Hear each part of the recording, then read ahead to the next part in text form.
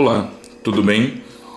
Meu nome é Robson, faço o curso de licenciatura em Matemática pela IFTM no Polo Jardim Moreno, São Paulo. Hoje vamos falar um pouquinho sobre análise combinatória. Para que serve a análise combinatória? Ela basicamente serve para resolver os nossos problemas de contagem. Daí você pode então se perguntar: mas Robson, eu sei contar. Eu sei que você sabe contar, mas em alguns casos as contas podem ser bastante confusas ou até mesmo ser um processo trabalhoso. Como por exemplo, saber quantas placas de carro são possíveis usando 3 letras e 4 números, que é a nossa realidade no Brasil hoje. Se nós formos fazer essa conta na caneta, na raça, na mão, vai demorar muito tempo para obter esse resultado. Usando a técnica da análise combinatória, nós vamos ter o resultado com maior rapidez, com maior agilidade. Um outro exemplo também, que também é comum no nosso cotidiano, para sabermos quantos números de telefones diferentes, com 9 algarismos, que é o que nós temos hoje, nós conseguimos fazer com os números que nós temos aí dispostos para atender uma necessidade da cidade. 9 algarismos é pouco número, é pouco algarismo, é muito algarismo. Nós vimos aí que antigamente os telefones tinham 8 algarismos e por conta disso foi acrescido 9 para ter uma maior possibilidade de números gerados para satisfazer então a demanda da cidade, que diariamente compram números de celular, compram aparelhos celulares com números novos. Então, através da análise combinatória, nós conseguimos identificar se essa quantidade é pouca, se essa quantidade é muito, quantos números diferentes nós temos também possíveis. E com a análise combinatória tem essa rapidez de fazer essa análise e de fazer essa conta. Nesta aula nós vamos verificar, vamos falar um pouquinho sobre o princípio fundamental da contagem. E o que é o princípio fundamental da contagem? Por exemplo, se um evento depende de 2 ou mais etapas independentes, a quantidade de ocorrências é o produto das etapas intermediárias. Robson, não entendi nada. Beleza, vamos então fazer um exemplo, um exercício prático. Preparei aqui para vocês o seguinte: primeiro exemplo. Um homem possui 3 camisas e 2 calças. De quantas maneiras diferentes ele pode se vestir, supondo que ele use uma calça e uma camisa? Então basta nós observarmos aqui que ele tem 3 camisas e 2 calças. Então nós vamos fazer o seguinte: um risquinho para cada camisa e um risquinho para cada calça. Ele tem 3 camisas, 2 calças.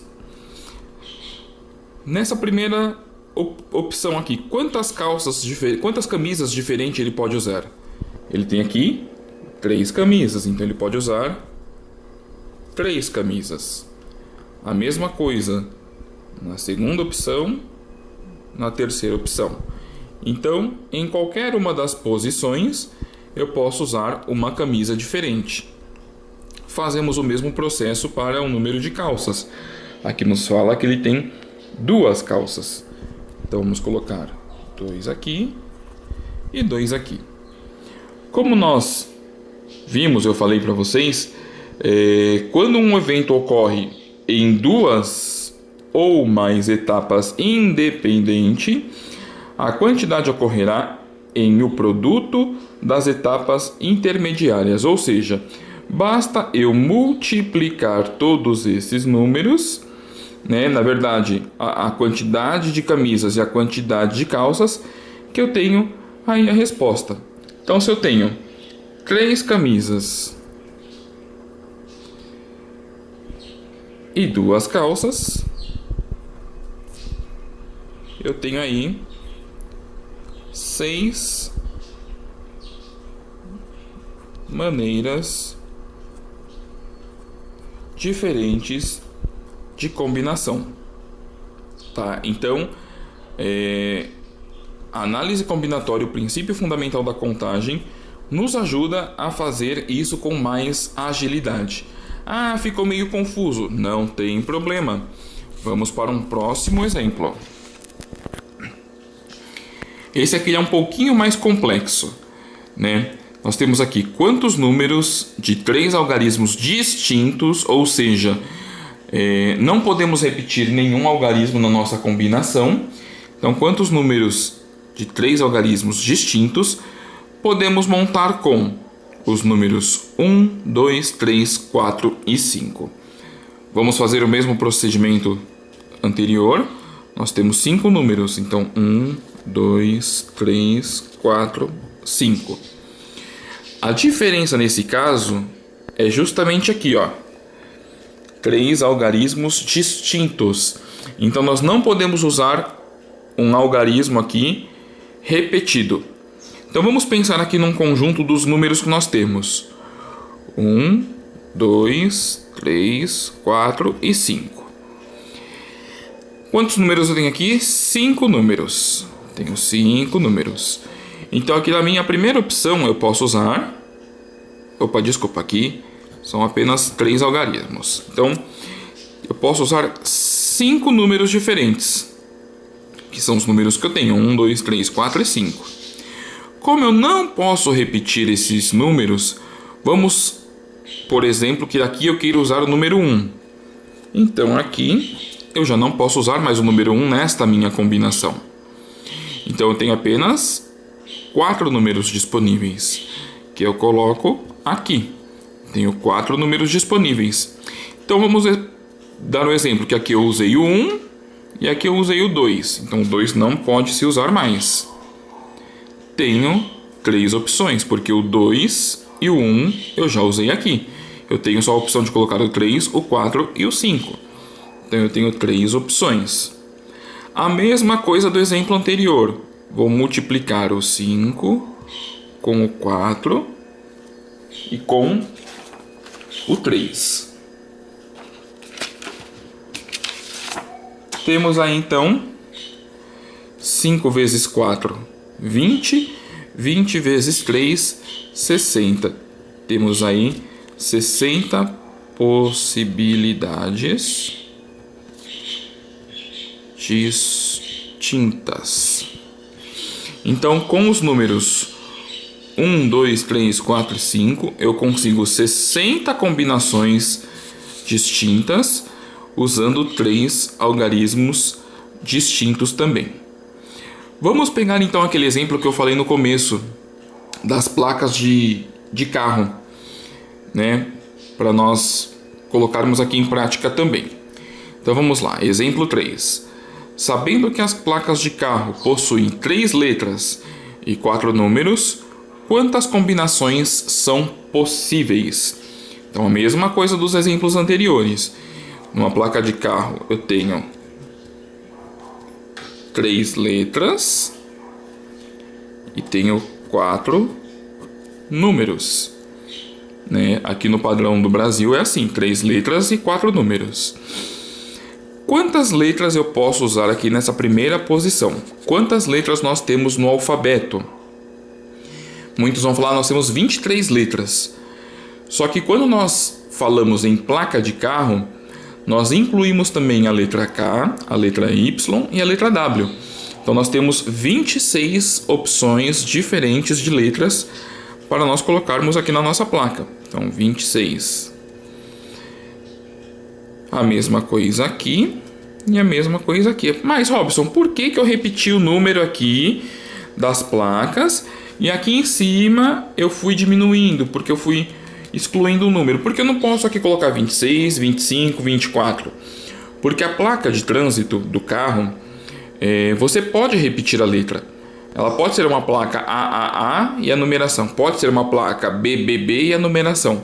Aqui ele não está falando que tem que ser com letras distintas, tá? Então aqui nós podemos usar todas as letras do alfabeto em cada posição. A mesma coisa na numeração. A numeração eu posso ter AAA 0000, BBB 1111 e assim por diante. Então, em cada posição, nós podemos também colocar todos os números existentes, que nós temos 10. 0, 1, 2, 3, 4, 5, 6, 7, 8 e 9. São 10 números. Então, aqui eu posso colocar 10 números, 10 números, 10 números e 10 números.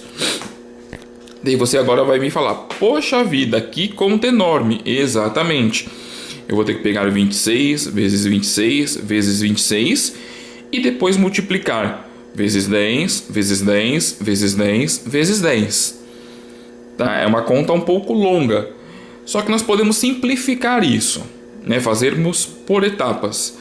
Podemos colocar aqui 26 elevado a 3. Por quê? Porque 26 vezes 26 vezes 26 é 23, 26 elevado ao cubo, vezes 10 elevado à quarta.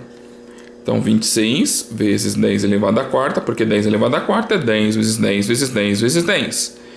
E fazermos essa conta, que nós vamos ter um número de 175 milhões 760 mil possibilidades diferentes. Então nós podemos ter aqui no Brasil 175 milhões 760 mil carros rodando na rua com esse sistema de emplacamento. Tá? Então, se nós fôssemos pegar toda a população do Brasil e cada uma dessas pessoas pudessem dirigir um carro ou tivesse um carro, com certeza esse sistema aqui já não seria mais válido, porque a quantidade de moradores no Brasil ultrapassa 175 milhões de pessoas. Tá? Daí teríamos que ou acrescentar mais uma letra ou acrescentarmos mais um número para que esse número tivesse uma possibilidade ainda maior. Agora nós vamos falar um pouquinho de algo que vai servir para facilitar a nossa contagem através da análise combinatória, que é o diagrama de árvore. Tá? O diagrama de árvore ele serve para representações que vai facilitar na enumeração dos eventos relacionados. Vamos lá pegar o primeiro exemplo lá da análise combinatória que nós fizemos no comecinho, para nós fazermos agora em diagrama de árvore. Um homem possui 3 camisas e 2 calças. De quantas maneiras diferentes ele pode se vestir, supondo que ele use uma calça e uma camisa. No diagrama de árvore, isso vai ficar da seguinte maneira. Ele tem 3 camisas. Então vamos colocar aqui. Camisa 1. Camisa 2,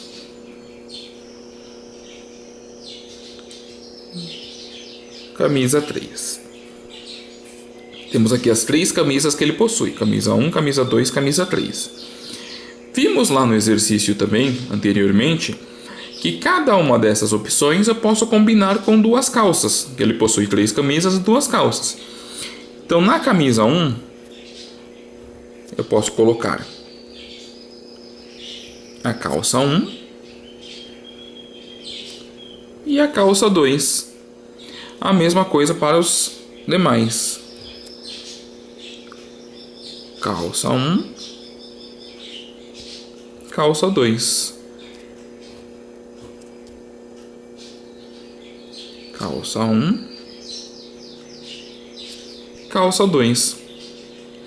E nós vamos fazer a conta sempre das extremidades, tá? Então o que vai valer para nós é essa ponta aqui e não aqui. Então lembra lá no exercício, deixa eu pegar aqui para nós relembrarmos. Nós temos aqui 3 camisas, 2 calças, 6 maneiras diferentes. No diagrama de árvore eu vou contar aqui as extremidades, então eu tenho uma opção, 2 opções, 3 opções, 4 opções, 5 opções, 6 opções, certinho, igual o exercício anterior. Então aqui nós vemos que nós vamos desmembrar o problema em ramificações para podermos identificar a solução. Por isso que fala diagrama de árvore, porque nós temos os ramos.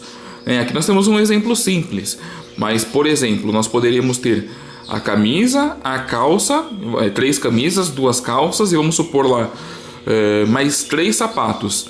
Então aqui nós iríamos aumentar a nossa ramificação. Íamos colocar sapato 1, sapato 2, sapato 3. Vemos que a nossa árvore vai se expandindo, ela vai aumentando.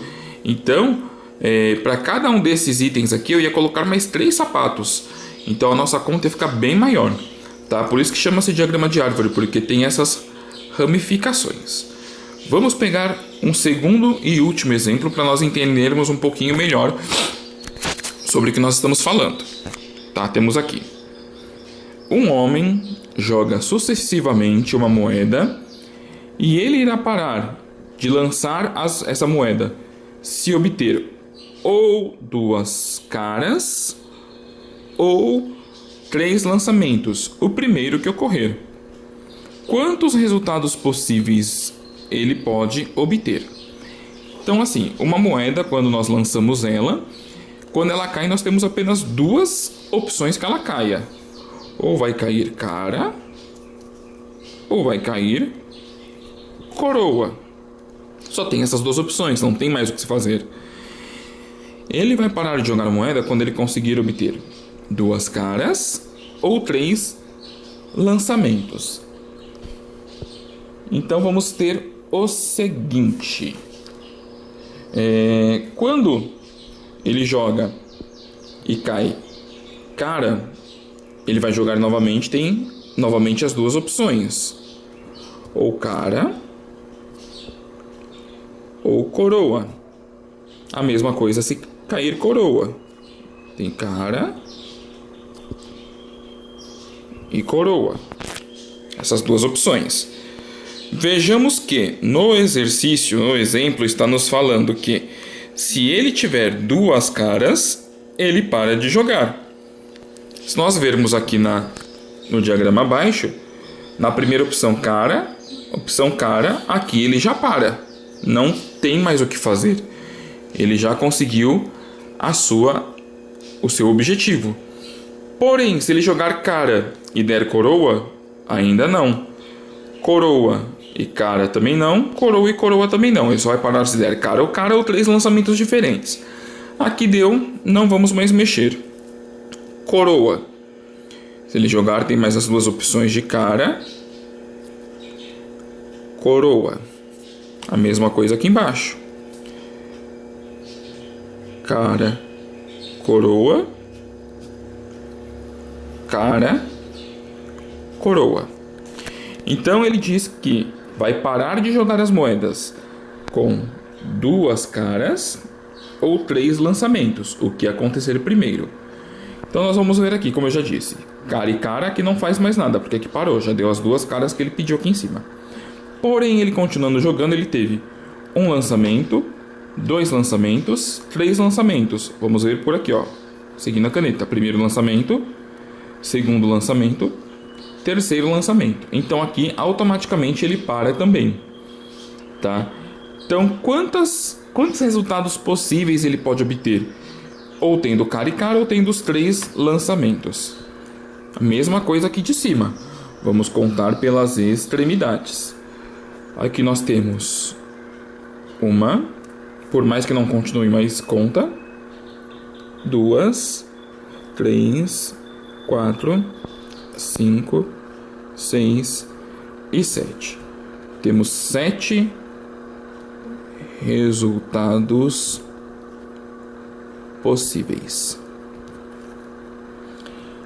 Então é isso que eu queria falar sobre hoje, um pouquinho sobre análise combinatória, princípio fundamental da contagem e também o diagrama de árvore.